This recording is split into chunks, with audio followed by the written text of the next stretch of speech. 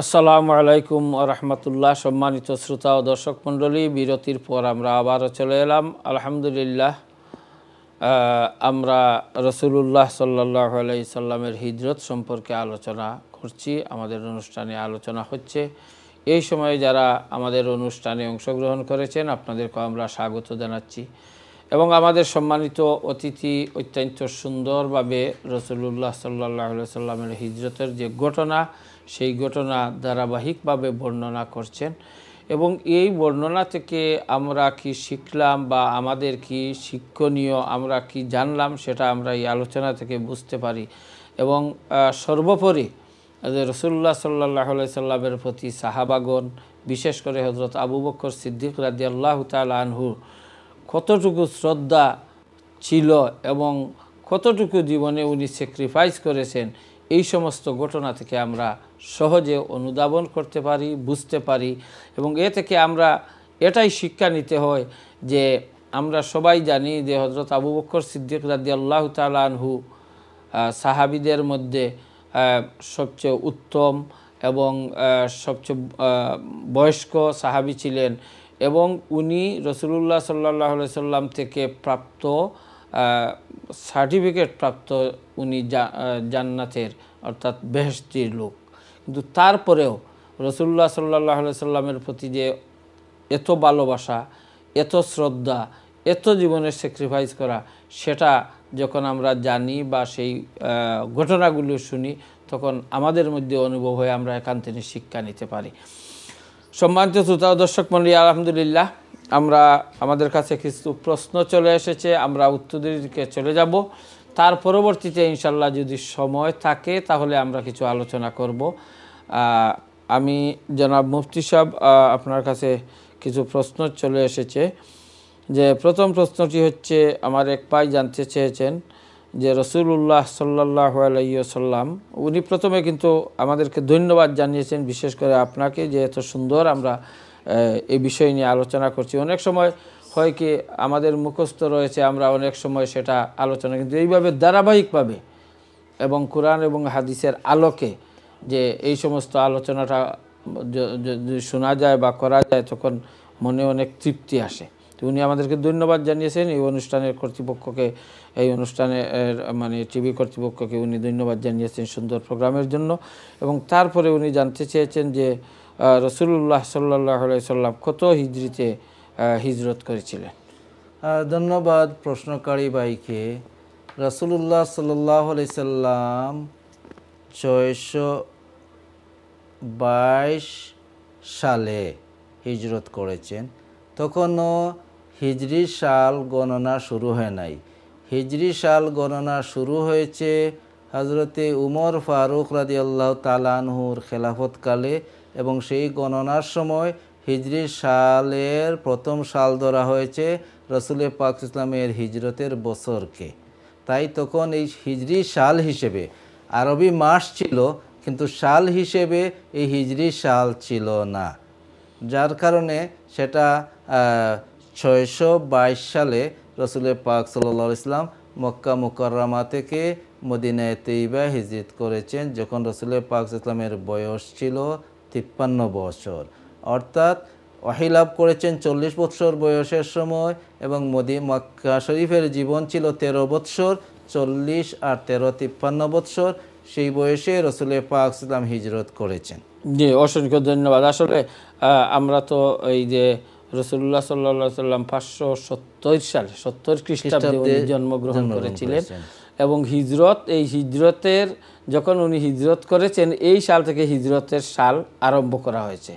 মানে আরবি মাসের পূর্বেই ছিল, এটা তো দুনিয়ার সৃষ্টি থেকে ছিল, কিন্তু যখন এই যে আরবি বৎসরের যে সন বা যেটা হিজরি সন বলা হয়, এটা কিন্তু এই হিজরতের বৎসর থেকে আরম্ভ হয়েছে। যে আশা করি যিনি প্রশ্ন করেছিলেন আপনি বুঝতে পারছেন, আলহামদুলিল্লাহ। পরবর্তী প্রশ্ন উনি করছেন যে আমি আলোচনায় শুনছি যে আপনি বলছেন যে গুহার মধ্যে শুধু হযরত আবু বকর সিদ্দিক রাদিয়াল্লাহু তাআলা আনহু এবং রাসূলুল্লাহ সাল্লাল্লাহু আলাইহি সাল্লাম ছিলেন, কিন্তু উনার সাথে যিনি পথ দেখানোর জন্য যিনি ছিলেন, উনি তখন কোথায় ছিলেন?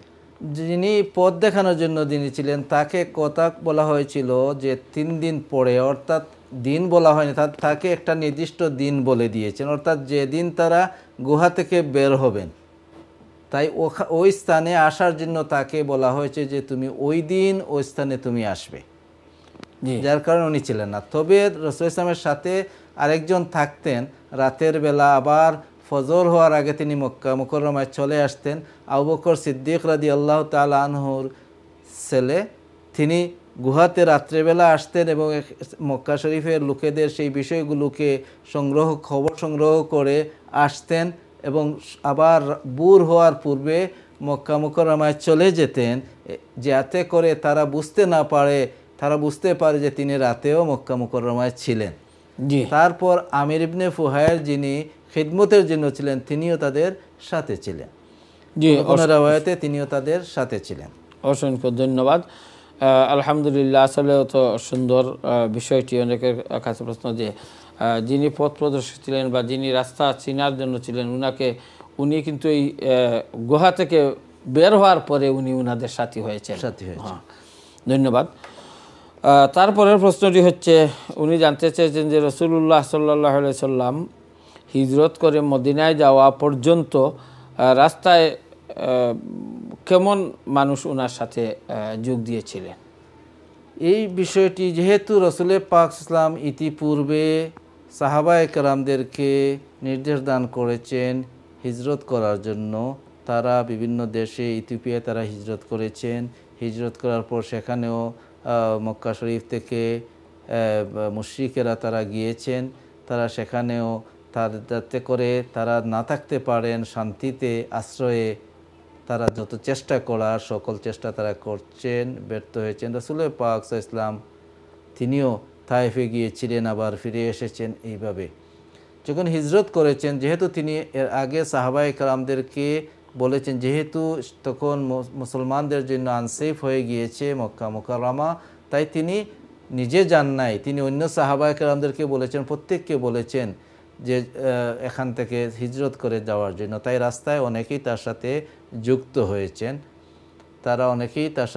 হয়েছেন, রাস্তায় যাওয়ার পথে যখন এই গুহা থেকে বের হয়ে কিছু দূর যাওয়ার পরে তারা দেখতে পেলেন যে মক্কার লোকেরা তাদের পিছু ছাড়ছে না। কারণ আমরা ইতিপূর্বে আলোচনা করেছি যে 100 উট, মক্কার যুবকেরা 100 উট পাওয়ার আশায়, যারা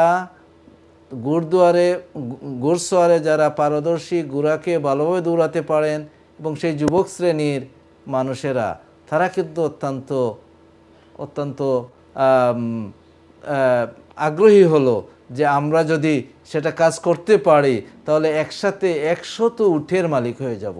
তৎকালীন সময়ে 100 উটের মালিক হওয়া সেটা অত্যন্ত সহজ কথা নয়, বড় একজন ধনাঢ্য ব্যক্তি রূপে রূপান্তরিত হওয়ার একটা উপায়।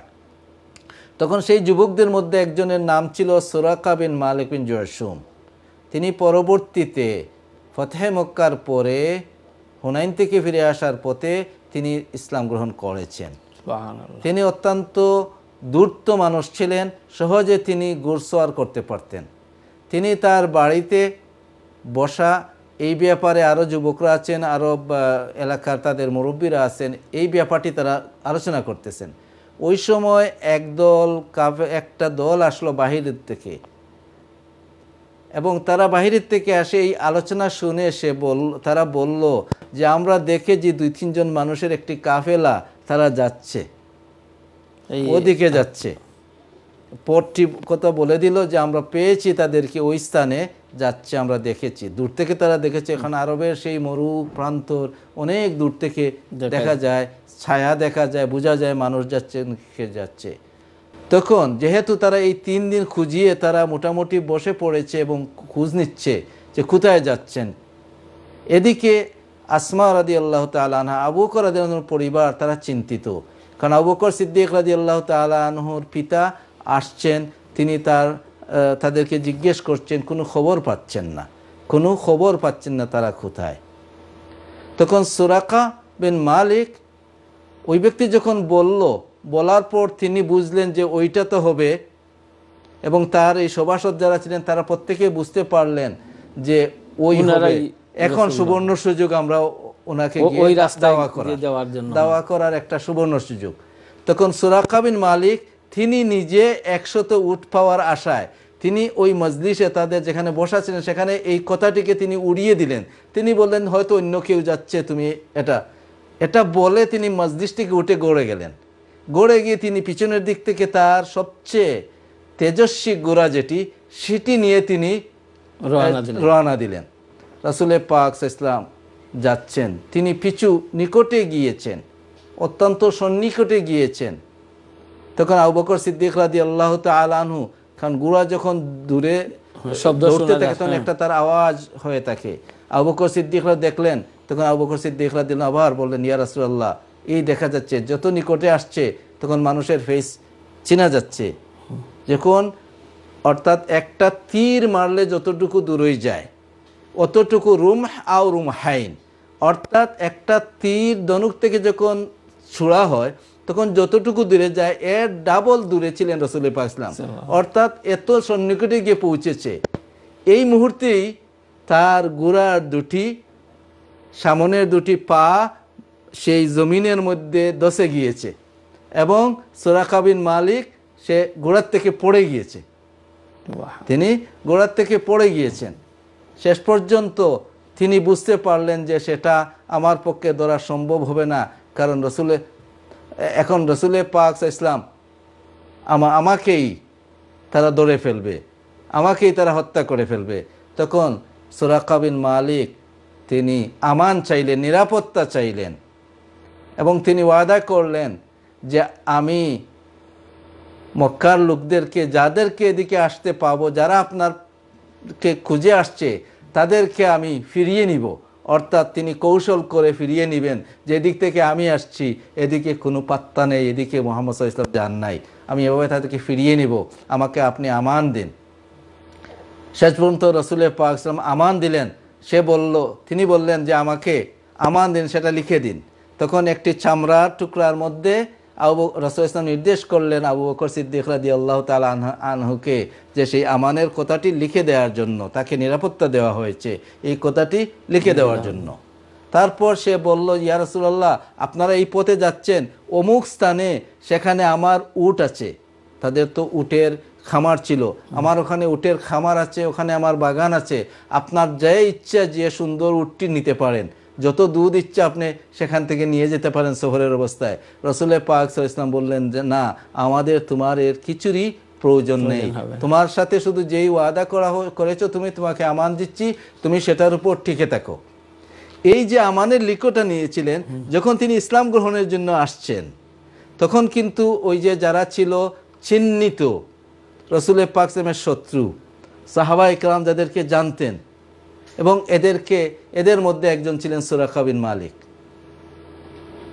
তখন তিনি রাসূল ইসলামের সাথে সাক্ষাৎ করলেন নিজেকে গোপন রেখে, এবং সাক্ষাৎ করার পর তিনি এই লিখিত ওই যে চামড়ার টুকরোর মধ্যে লিখে দিয়েছিলেন সেটা তিনি হ্যান্ডওভার করে দিলেন এবং জানেন যে ইয়া রাসূলুল্লাহ, আপনি আমাকে আমান দিয়েছেন, আমি সাক্ষী দিতেছি আপনি আল্লাহর রাসূল। তিনি মুসলমান হয়ে গেলেন।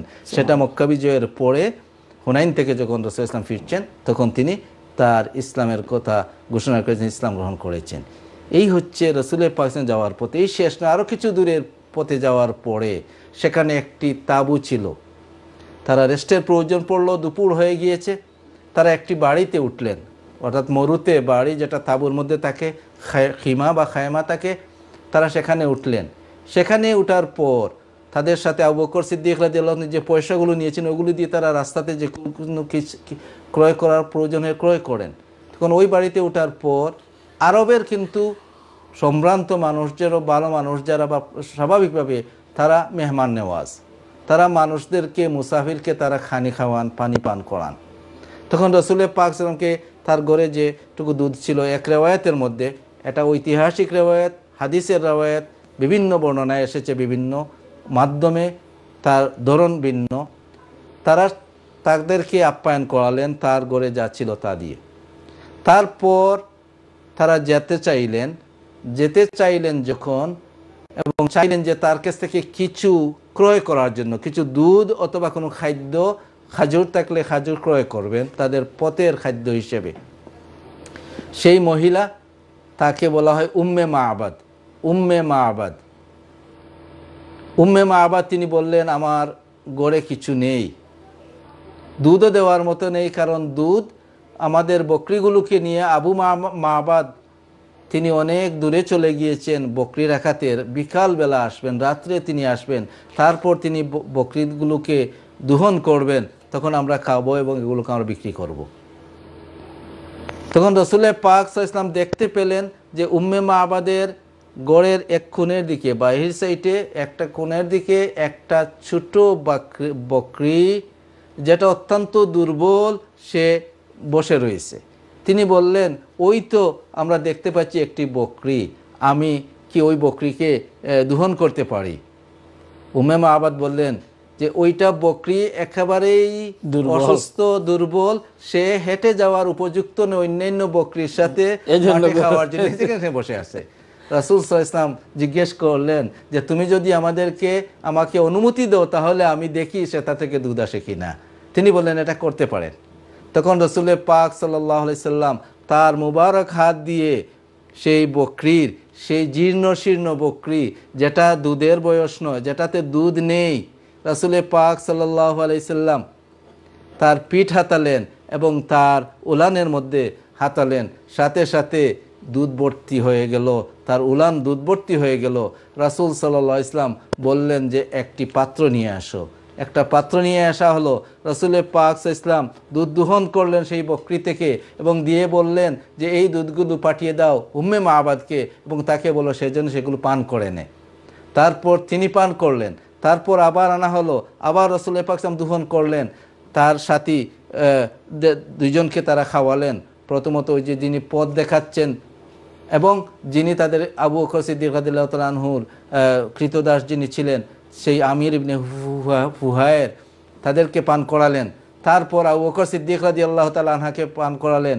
তারপর রাসূল পাক সাল্লাল্লাহু আলাইহি সাল্লাম নিজে দুধ পান করলেন এবং ওই সময় রাসূল পাক সাল্লাম বললেন, সাকিয়ুল কওমে আখিরুহুম, যে মানুষদেরকে খাওয়াবে সে সবার শেষে খাবে। এখান থেকে আমরা যে শিক্ষা পাই, সুন্নাহ, যারা আমরা খাদিম করে থাকি, আমরা অন্যদেরকে যারা খাদিম করে খাওয়ানি খাই, খাদিমদাররা খাবেন খাবানির পরে, মেহমানদেরকে খাবানির পরে যা থাকবে তার থেকে তারা খাবেন। তারা আগে ওই খানির পাত্র থেকে লুকিয়ে রাখবেন না তাদের জন্য। যাদেরকে দাওয়াতে নিয়েছেন, যারা মেহমান, তাদেরকে সবকে খাওয়ানোর পরে যারা কাসিম হবে, যারা বন্টনকারী হবে, তিনি পরে যদি অতিরিক্ত যা রইবে তার থেকে তার অংশ নিবে। সেটা হচ্ছে, কারণ এজন্য আরবিতে একটা কথা আছে, আল কাসিমু মাহরুমুন, আল কাসিমু মাহরুমুন, যিনি বন্টন করেন অনেক ক্ষেত্রে তিনি মাহরুম হয়ে যান, অর্থাৎ বন্টন করার পরে আর কিছু বাকি থাকে না, তারপরে তিনি রিক্ত হস্ত, তিনি কিছু পান না। রাসূল পাক সাল্লাল্লাহু আলাইহি ওয়াসাল্লাম ওই কঠিন অবস্থায় শিক্ষা দিচ্ছেন। আবু বকর সিদ্দিক রাদিয়াল্লাহু তাআলা আনহুকে তার পূর্বে খাওয়িয়েছেন, তার পূর্বে তিনি খাওয়িয়েছেন ওই ঘরের মালিককে সর্বপ্রথম খাওয়িয়েছেন, তারপর পান করিয়েছেন, তারপর তার সঙ্গী ওই দুইজনকে পান করিয়েছেন, তারপর তার সাহাবী আবু বকর সিদ্দিক রাদিয়াল্লাহু পান করিয়েছেন, তারপর নিজে সর্বশেষ রাসূলুল্লাহ সাল্লাল্লাহু আলাইহি ওয়াসাল্লাম পান করেছেন এবং পান করার পর বলেছেন সাকিয়ুল কওমে আখিরুহুম শুরবান। আলহামদুলিল্লাহ। মানে দেখেন, তখন তো এই মহিলা তো অত্যন্ত আশ্চর্য হয়ে গেছেন। এই মহিলা যে এত আশ্চর্য হয়ে গেছেন, কারণ তিনি রাসূল পাক সাল্লাল্লাহু আলাইহি ওয়াসাল্লামকে এই বারখা দেখে তিনি দিয়েছেন মুবারক, রাসূল ইসলামের উপাধি দিয়েছেন মুবারক।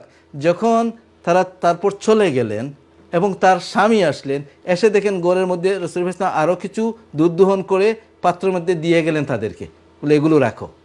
স্বামী যখন আসলেন, তিনি এসে দেখেন যে ঘরের মধ্যে দুধ আছে। তিনি জিজ্ঞেস করলেন যে উম্মে মাআবাদ, তুমি এই দুধগুলো কোত্থেকে পেলে? কেউ কি এসেছিলেন? তিনি বলেছেন রাসূল মুবারক এসেছিলেন সেখানে। সুবহানাল্লাহি ওয়া বিহামদিহি সুবহানাল্লাহিল আযীম। এদিকে রাসূল সাল্লাল্লাহু আলাইহি ওয়াসাল্লাম গিয়ে পৌঁছছেন মদিনায়ে তৈয়বায়। আয়েশা সিদ্দিকা রাদিয়াল্লাহু তাআলা, আয়েশা সিদ্দিকা রাদিয়াল্লাহু তাআলা বড় বোন আসমা বিনতে সিদ্দিকা রাদিয়াল্লাহু তাআলা আনহা, তারা চিন্তিত যে কোথায় গেলেন, কোনো সন্ধান পাচ্ছেন না, কয়েকদিন হয়ে গেল। এই সময় একটা জিন যে মক্কার অলিতে গলিতে সে তার থেকে একটি আওয়াজ আসতে থাকলো, সে একটি শের গাইতে লাগলো। সেই শেরটি এভাবে সিয়রের কিতাবের মধ্যে এসেছে, জাজাল্লাহু রাব্বুন নাসি খায়রা জাযাইহি রাফিকাইনি কালা ফি খায়মাতি উম্মে মা'বাদি। এই যে উম্মে মা'বাদের খায়মায় গিয়ে তারা পৌঁছেছেন, এই সংবাদটি জিন খবর দিচ্ছে। মক্কাবাসীরা তা কোনো খবর পাচ্ছে না কোথায় গেছেন রাসূলের পাক সাল্লাল্লাহু আলাইহি ওয়াসাল্লাম। অথচ তার আবু বকর সিদ্দিক রাদিয়াল্লাহু তাআলা ফ্যামিলির মানুষ, তারাও চিন্তিত যে রাসূল গিয়ে পৌঁছলেন, সহি সালামতে আছেন কিনা। এদিকে আবু বকর সিদ্দিক রাদিয়াল্লাহু তাআলার পিতা, বৃদ্ধ পিতা আবু কুহাফা, তিনিও বারবার আসছেন। আমরা আসছি আপনার কাছে, একজন কলার চলে এসেছেন, কথা বলে নিই ইনশাআল্লাহ। আসসালামু আলাইকুম। ওয়ালাইকুম সালাম। ভালো আছেন হুজুর আপনারা? আসসালামু আলাইকুম। ওয়ালাইকুম আসসালাম ওয়া রাহমাতুল্লাহ। জনাব আপনি ভালো আছেন? জি হুজুর আমি ভালো। আমি অসুখ হুজুর, তো অনেক দিন পর আপনার কথা শুনলাম।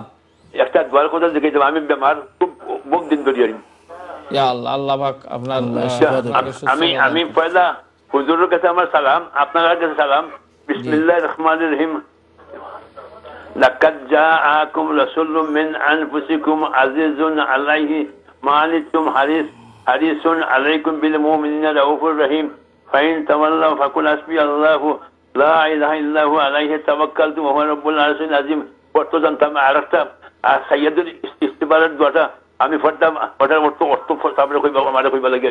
ওকে ইনশাআল্লাহ। লা ইলাহা ইল্লা আনতা খালাকতানি ওয়া আনা আবদিকা ওয়া আনা আলা আহদিকা ওয়া ওয়াদাকা মাসতাতু আউযু বিকা মিন শাররি মা সানাতু আবু লাকা বিনিমাতিকা আলাইয়া ওয়া আবু বিযানবি ফাগফির লি ফাইন্নাহু লা ইয়াগফিরু যুনুবা ইল্লা আনতা।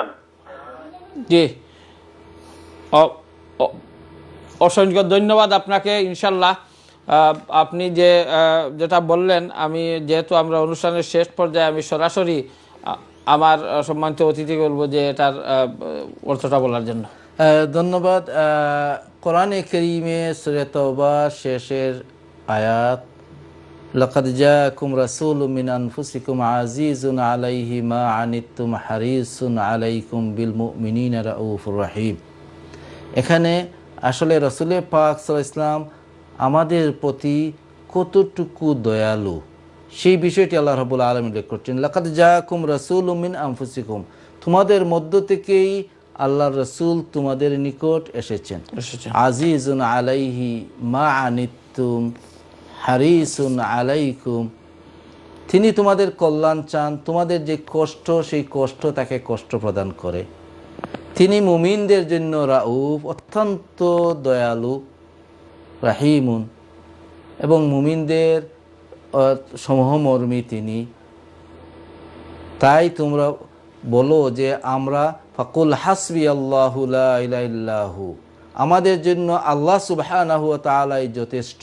আল্লাহ রাব্বুল আলামিন আমাদেরকে যে রাসূল দান করেছেন, সেটা যদিও আল্লাহ রাব্বুল আলামিন তার হাবিবকে উদ্দেশ্য করে উল্লেখ করছেন ফাকুল হাসবি আল্লাহু লা ইলাহা ইল্লাহু, এর আম অর্থ আমরা যদি নেই তাহলে হবে যে তোমরা সবাই যেহেতু এমন রসুলের উম্মত হতে পেরেছ, তোমরা সেই রসুলের আদর্শের উপর টিকে থাকো, এটার উপর তোমরা টিকে থাকো, তাহলে হাসবি আল্লাহু লা ইলাহা ইল্লাহু, আল্লাহই আমাদের জন্য যথেষ্ট।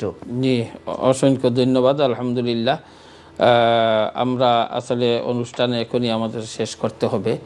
আমরা অত্যন্ত সুন্দর আলোচনায় ছিলাম, আরও কিছু প্রশ্নও রয়েছে, ইনশাল্লাহ আমরা আগামী সপ্তাহে দেওয়ার চেষ্টা করব, এবং এই বিষয়ে আমরা ধারাবাহিকভাবে আজকে যতটুকু আমরা আলোচনা করেছি, ইনশাল্লাহ আগামী সপ্তাহে এরপর থেকে আমরা নিয়ে আলোচনা শুনবো। অত্যন্ত সুন্দর আলোচনা হচ্ছে। সম্মানিত শ্রোতা ও দর্শক মণ্ডলী, আপনারা আমাদের আলোচনা শুনছেন। আমাদের সম্মানিত অতিথি অত্যন্ত সুন্দরভাবে হিজরতের আলোচনা করছেন, এবং এর ভিতরে আমি পূর্বেই বলেছি এখন, এবং অনেক বিষয়ে, অনেক মাসালা, অনেক কি আমাদের করণীয়, সেটা কিন্তু এই ঘটনার চেয়ে পেরিয়ে এসেছে এবং উনি উল্লেখ করেছেন। ইনশাল্লাহ আমরা যেহেতু সময় আজকে শেষ, এজন্য আমরা আর আলোচনা করতে পারবো না।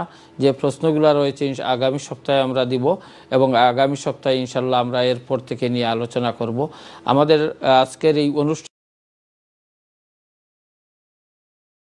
দেখেছেন, যারা প্রশ্ন করেছেন, যারা বিভিন্নভাবে সম্পৃক্ত হয়েছেন, আপনাদের সবাইকে আমাদের সম্মানিত অতিথি হযরত মাওলানা মুফতি আশরাফুর রহমান সাহেব বিশ্বনাথী সাহেবকে এবং আইএন টিভির কলা কৌশলী সবাইকে অসংখ্য অসংখ্য মুবারকবাদ জানিয়ে আল্লাহ পাক রব্বুল আলামিন আমাদেরকে আপনাদেরকে সবাইকে ভালো রাখুন, সুস্থ রাখুন, এই কামনা করে এখানে আজকের অনুষ্ঠান শেষ করছি। আসসালামু আলাইকুম ওয়া রাহমাতুল্লাহি ওয়া বারাকাতুহু।